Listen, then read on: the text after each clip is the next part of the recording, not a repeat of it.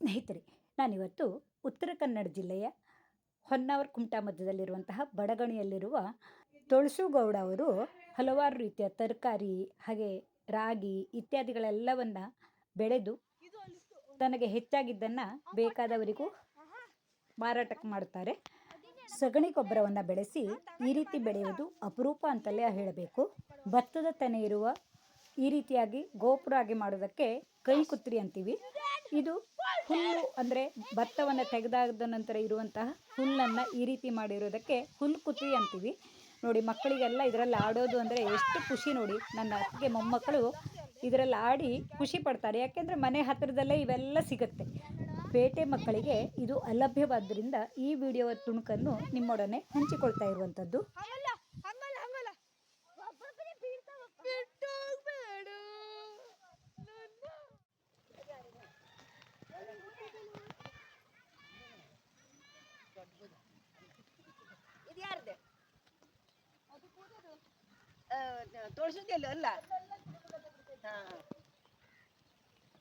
ನೋಡಿ, ಸಾವಯವ ರೀತಿಯಲ್ಲಿ ಬೆಳೆದಂತಹ ತರಕಾರಿಗಳನ್ನು ನಮ್ಮ ತಾಯಿ ಮನೆಗೆ ಅತ್ತಿಗೆ ಮನೆಗೆಲ್ಲ ತರೋಕೆ ಅಂತ ಅತ್ತಿಗೆ ಮನೆಯವರು ಮಕ್ಕಳು ಎಲ್ಲ ಗದ್ದೆ ಬೈಲಿಗೆ ಹೋದ ಚಿತ್ರಣವನ್ನು ನೋಡಬಹುದು.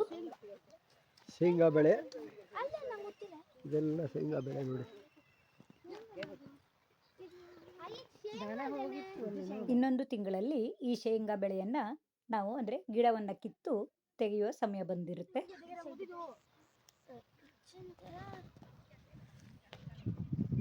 ಶೇಂಗಾ ಸಂಗಡ ಉಪ್ಪುಬೇಳೆ,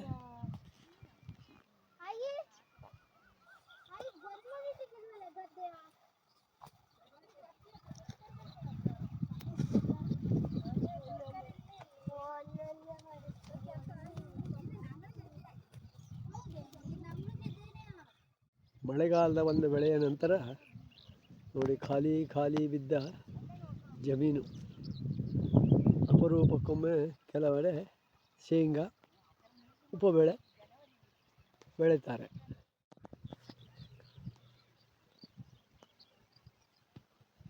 ಕಡಲೆಕಾಯಿ ಒಂದು ಶೇಂಗಾದ ಅದೇ ರೀತಿ ಇದೊಂದು ಉಪ್ಪುಬೇಳೆ, ಮತ್ತೊಂದು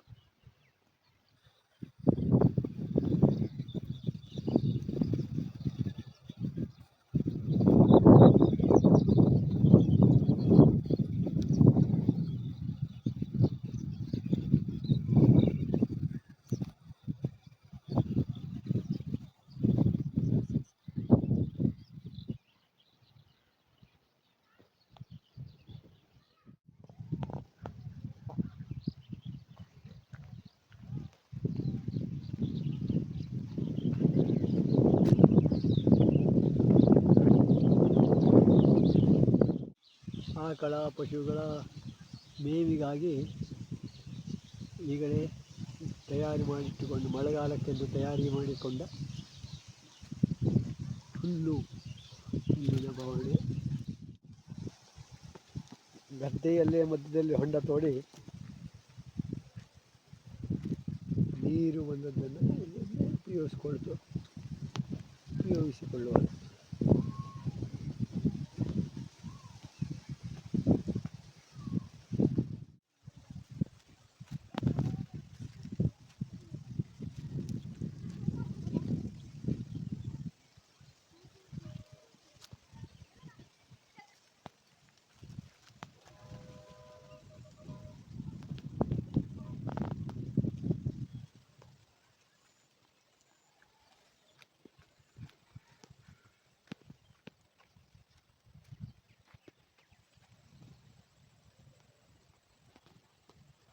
ನೋಡಿ, ರಾಗಿಯನ್ನು ಸಹ ಬೆಳೆಯಬಹುದು ಅನ್ನೋದನ್ನು ತುಳಸುಗೌಡ ಅವರು ಪ್ರಯತ್ನ ಮಾಡಿದ್ದಾರೆ.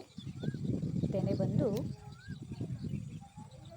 ನೋಡೋಕೆ ತುಂಬ ಖುಷಿ ಆಗ್ತಾ ಇದೆ.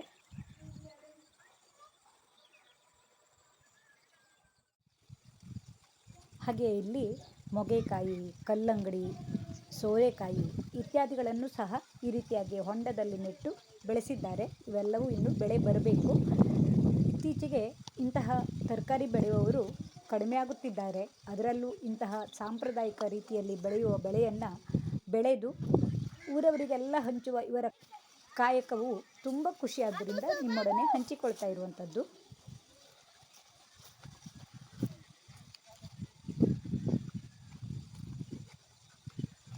ಇದೆಲ್ಲ ತರಕಾರಿ ಬೆಳೆದಿದ್ದಾರೆ ನೋಡಿ.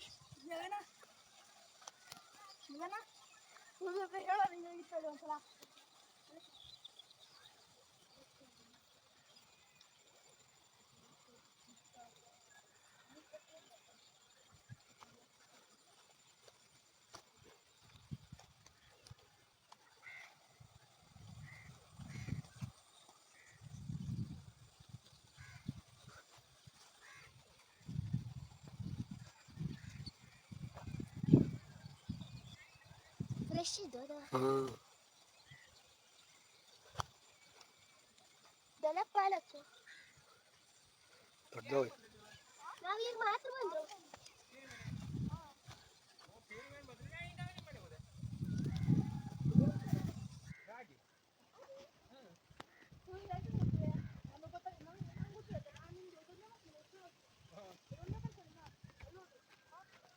ನೋಡಿ, ಪಡುವಲವಂತೂ ಈ ರೀತಿಯಾಗಿ ಉದ್ದುದ್ದನಾಗಿ ಬಳ್ಳಿಯಲ್ಲಿ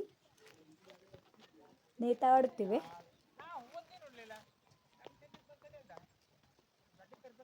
ಹರಿವೆ, ಬದನೆ, ಚೌಳಿಕಾಯಿ, ಅಲಸಂಡೆ, ಹೆಸರುಕಾಳು, ಉದ್ದು ಹೀಗೆ ಎಲ್ಲವನ್ನ ಈ ಗದ್ದೆ ಬೈಲಿನಲ್ಲಿ ಅವರು ಕೃಷಿಗಾಗಿ ಬೆಳೆದಿದ್ದಾರೆ.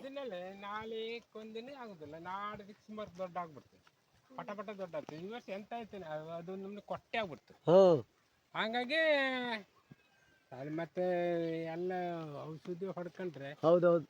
ನಾವು ಅದಕ್ಕೆ ಸರಿ ಆಗುದಿಲ್ಲ, ಇಲ್ಲ ಅದು ಔಷಧಿನೇ ಹೊಡೋದಿಲ್ಲ. ಹಂಗ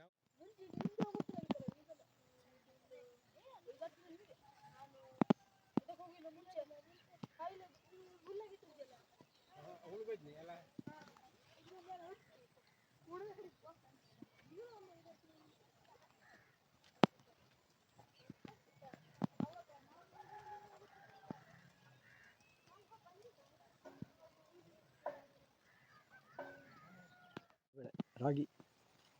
ರಾಗಿಯ ತೆನೆ ಗಿಡ.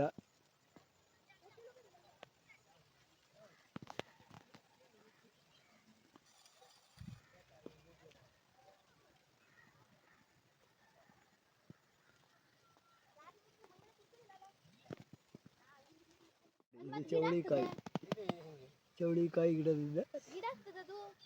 ಇಲ್ಲ ಗಿಡ ಆಗ್ತದೆ, ಇದು ದೊಡ್ಡ ಆಕತ್ತೆ ಆಗ್ತದೆ, ಇದು ಎಲ್ಲ ಚೋಟ್ಗೆ ತೆಗಿಲಿ ಕಡಿಲ ಒಂದು ಇರುವೆ ಅದೆಲ್ಲ ಇಲ್ಲಿ. ನಿಜ ಆಯ್ತು ಮಾರಿ, ಯಾರು ಮತ್ತೆ ಗೊತ್ತಿಂದ ದೊಡ್ಡದು.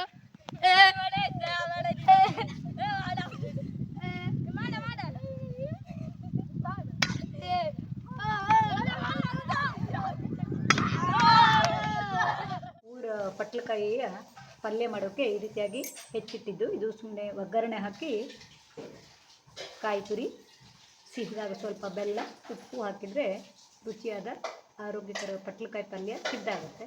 ಬೆಂಗಳೂರಿನಲ್ಲಿ ಲಭ್ಯ ಇಲ್ಲದೇ ಇರುವಂತಹ ಸಾವಯವದ ರೀತಿಯಲ್ಲಿ ಬೆಳೆದಂತಹ ಪಟ್ಲಕಾಯಿ ನೋಡಿ ಎಷ್ಟು ಉದ್ದವಾಗಿದೆ. ಇಬ್ಬರು ಹಿಡ್ಕೊಂಡ್ರೆ ಇಷ್ಟು ಉದ್ದ ಇದೆ. ಹಾಗೆ ಬೆಂಡೆಕಾಯಿ, ಇದನ್ನೆಲ್ಲ ನಾವು ಬೆಂಗಳೂರಿನಲ್ಲಿ ಅಡುಗೆ ಮಾಡೋಕ್ಕೆ ಅಂತ ಇಟ್ಕೊಂಡಿದ್ದು. ಈಗ ಅಪರೂಪ ಆಗುತ್ತಿರುವಂತಹ ಇಂತಹ ಸಾವಯವ ತರಕಾರಿ ಬೆಳೆಯೋದನ್ನು ನೋಡಿದಾಗ ತುಂಬ ಖುಷಿಯಾಗಿ ಈ ವಿಡಿಯೋವನ್ನು ನಿಮ್ಮೊಡನೆ ಹಂಚಿಕೊಂಡೆ. ಈ ವಿಡಿಯೋವು ನಿಮಗೆ ಇಷ್ಟವಾದರೆ ಲೈಕ್ ಮಾಡಿ, ಇಷ್ಟ ಮಿತ್ರರಿಗೆ ಶೇರ್ ಮಾಡಿ. ತಮ್ಮೆಲ್ಲರ ಪ್ರೋತ್ಸಾಹಕ್ಕಾಗಿ ತುಂಬ ಹೃದಯದ ಧನ್ಯವಾದಗಳು.